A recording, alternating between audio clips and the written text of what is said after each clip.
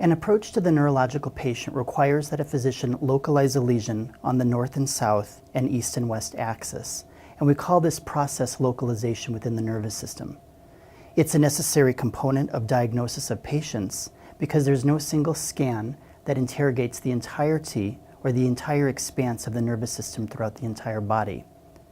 Neurologists are somewhat like electricians of the human body.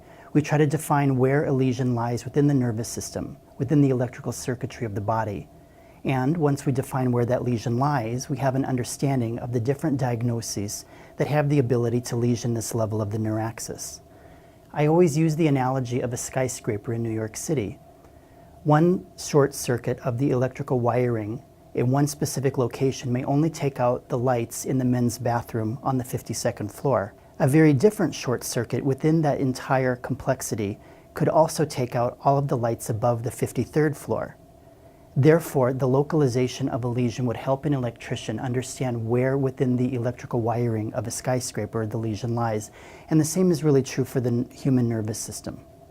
So as we orient ourselves in this human brain, we're looking at the left side of this brain. This is the dominant hemisphere. And every physician at this point should be able to look at the hemisphere and be able to define the natural divisions or the lobes of the brain. You all know that the parietal lobe lies above the temporal lobe. The frontal lobe is the most anterior and the occipital is the most posterior. There are two anatomical gyri that every physician must know. There's a precentral gyrus and a postcentral gyrus. The postcentral gyrus, which is shown right here, is within the parietal lobe and it contains the sensory homunculus. Just anterior to this is the precentral gyrus of the frontal lobe, and this contains the motor homunculus. As you look at this next slide, you're going to see that there's a somatotopic organization of both the sensory cortex of the postcentral gyrus and of the motor cortex of the precentral gyrus. The somatotopic organization of this allows one to understand where on the surface of the brain the face, the arm, and the leg are represented in regard to both sensation and motor movement. The cartoon on the left contains the sensory homunculi, and the cartoon on the right contains the motor homunculi. You can see that as the sensory fibers arise through the corona radiata, they terminate on the sensory homunculi of the postcentral gyrus.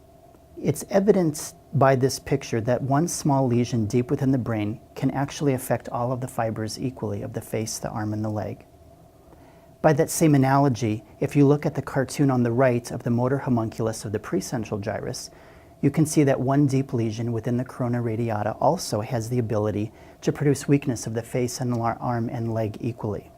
If you took this same similarly sized lesion and placed it on the surface of the brain, in the sensory homunculus or the motor homunculus, you would see that only a small component of the human body would be affected, either with sensation or with motor deficits. Therefore, it's easy to see that deep lesions have the ability to disrupt the transmission of one entire half of the body, whereby more peripherally located lesions have much less likelihood of taking out the entire contralateral side of the body. The left hemisphere is, for most individuals, the dominant hemisphere. Hemispheric dominance is defined by where language lies and where handedness lies. The two do not always co-localize to the same hemisphere, but in most individuals they do, even in left-handed individuals. So as a physician, when I see a patient, I usually make the assumption that their left hemisphere is their dominant hemisphere and that language lies on the cortex. So language lies on the left cortex. So in this lateral view of the human brain, we're looking at the left hemisphere, and you can see that Broca's area lies in the frontal lobe, that Wernicke's area lies in the temporal lobe, and Gerstmann's area lies in the parietal lobe. If we superimpose this view upon a human head, you can actually see where these anatomic structures lie underneath the human skull. It seems logical, therefore, that individuals who experience head trauma of the left side of the head, largely in the region of the temple, have a relatively high likelihood of experiencing long-term language problems in either understanding or expressing themselves. The cortex of the brain does indeed contain language, but there are other portions of the brain that are involved with speaking. It's important to know that the brain stem is basically the spinal cord with cranial nerve nuclei embedded within it. Cranial nerves 3 and 4 are embedded within the midbrain. Cranial nerves 5, 6, 7, and 8 are embedded within the pons, and cranial nerves 9, 10, 11, and 12 are embedded within the medulla. It's important to know that lesions of these three discrete areas of the brainstem therefore produce cranial nerve abnormalities as well as long track findings. For those of you who might have forgotten, the long tracks represent the one descending motor and the two ascending sensory tracks that skirt by these cranial nerve nuclei through the brainstem. An understanding of where these cranial nerve nuclei lie and where these long tracks run, as well as decussate, is the basis, therefore, localization within the nervous system. This is an MRI scan of the human brain in a coronal cut. You can see that the right hemisphere and the left hemisphere are labeled for you. The midbrain, the pons, and the medulla all comprise the brainstem. Every physician should be able to look at a coronal cut of the brain and know exactly what these areas are and what they represent. When I look at a brain, I look at these areas of the brain and consider it high-priced real estate. I consider the cortex of the left dominant hemisphere to be high-priced real estate because it is here where language lies. A lesion here may present an understanding or generation of spoken language. I consider the brainstem high-priced real estate also. If you lesion the midbrain, for example, lesions here have the ability to reduce awakeness and alertness and produce coma. Analogously, a lesion of the pons, when bilateral, can produce locked-in syndrome, which is basically a patient that is paralyzed with normal sensation and the ability to think. Finally, a lesion of the medulla has the ability to lesion cardiorespiratory centers and produce cardiorespiratory collapse. You can imagine, therefore, that a lesion of the midbrain, the pons, or the medulla conveys a high risk for disability and death. Now, if we look again at our human brain, we can see the X and the Y axis drawn. In fact, if we place the natural divisions on the Y axis, we can see this rostral-caudal delineation of the human anatomy of the brainstem. And so we know that the Y axis is what defines the midbrain from the pons and the medulla. It's the X axis which allows one to differentiate left from right or east from west. In this image of the brain, we can see the midbrain defined with cranial nerves 3 and 4 exiting. Remember that a lesion of the midbrain has the ability to produce coma. In this next view, we're seeing the pons with cranial nerves 5, 6, 7, and 8 exiting. Remember that lesions of the pons have the ability to produce locked-in syndrome. Finally, we can see the medulla with cranial nerves 9, 10, 11, and 12 exiting. It's important to remember that medullary lesions have the ability to produce cardiorespiratory collapse.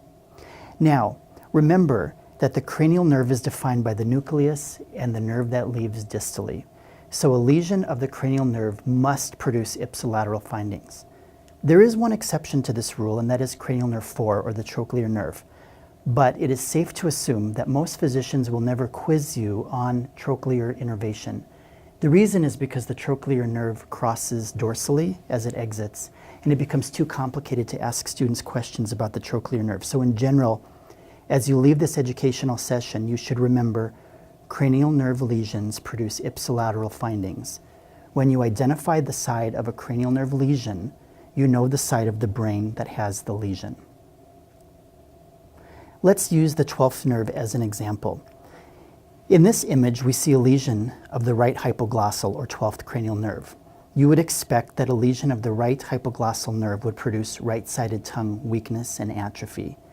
The tongue would point to the right, and the right side of the tongue would be atrophic and possibly fasciculate.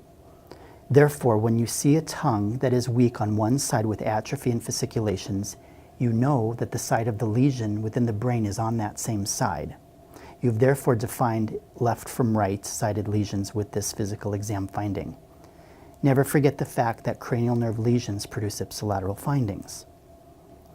Now, let's look at this same cartoon or image of the human brain, and let's superimpose the long tracks.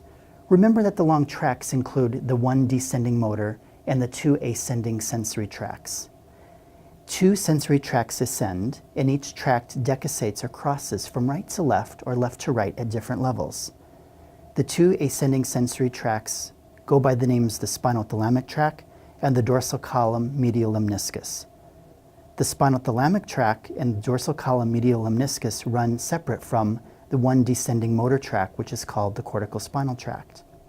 Remember that each of these tracts decussates at a very different level.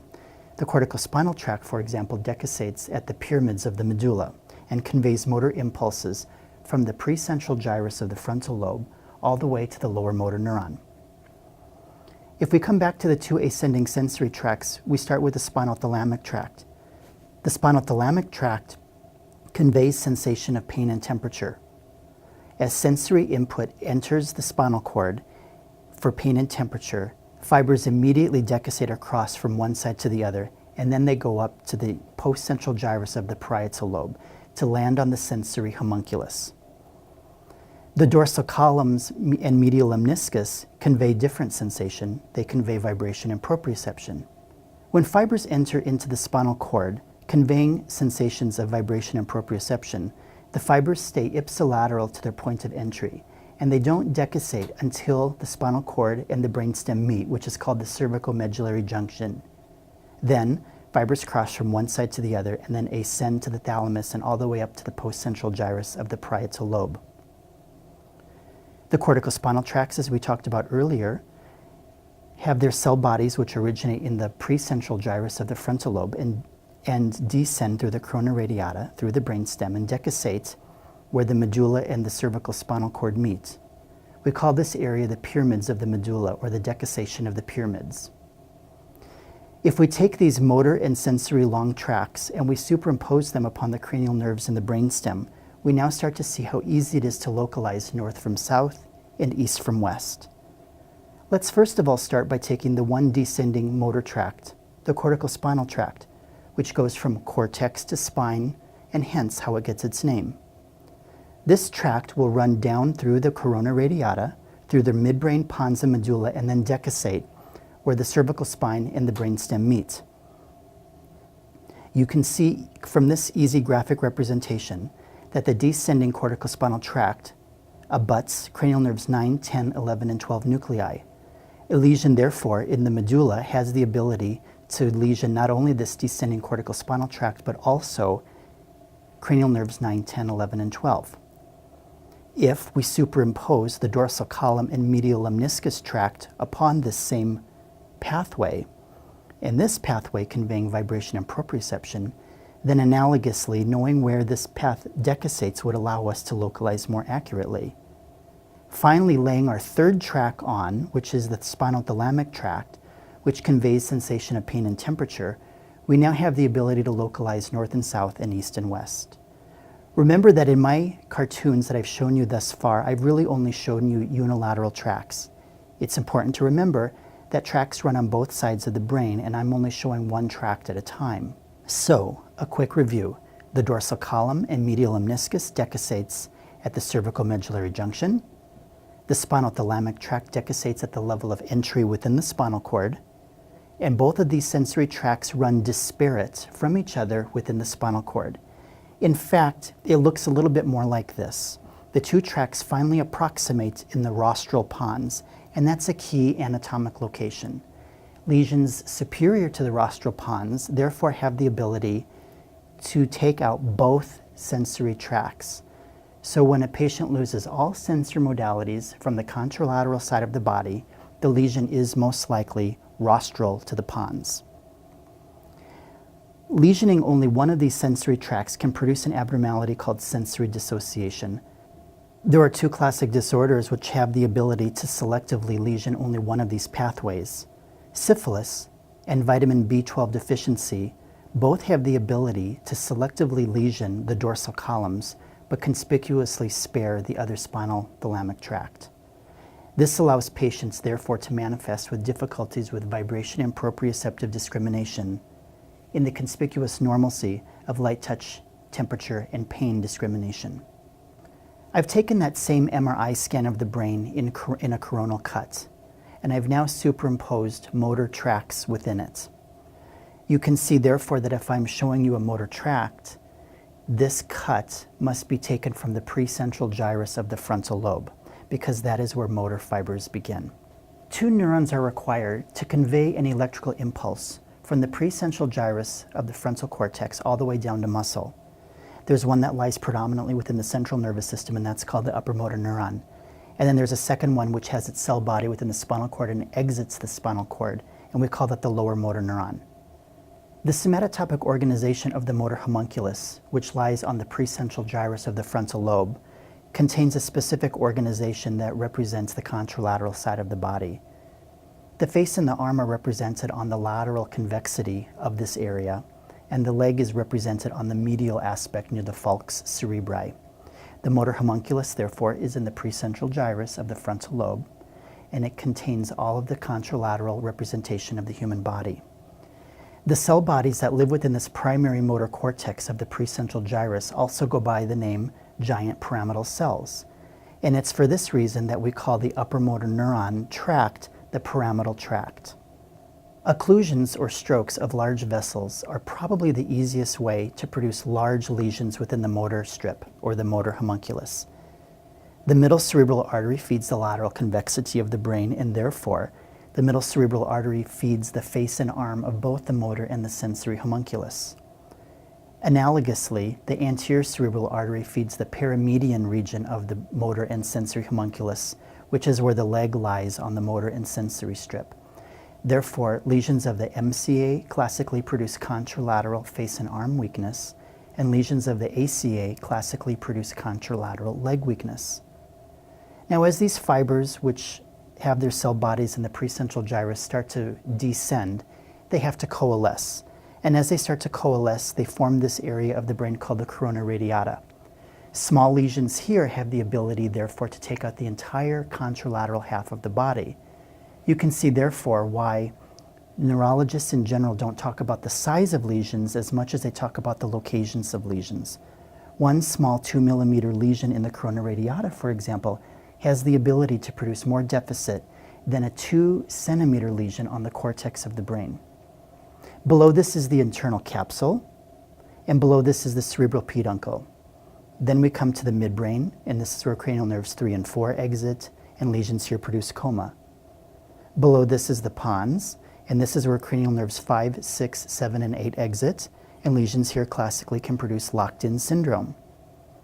Below this is the medulla, and this is where cranial nerves 9, 10, 11, and 12 exit, and lesions here classically produce cardiorespiratory collapse.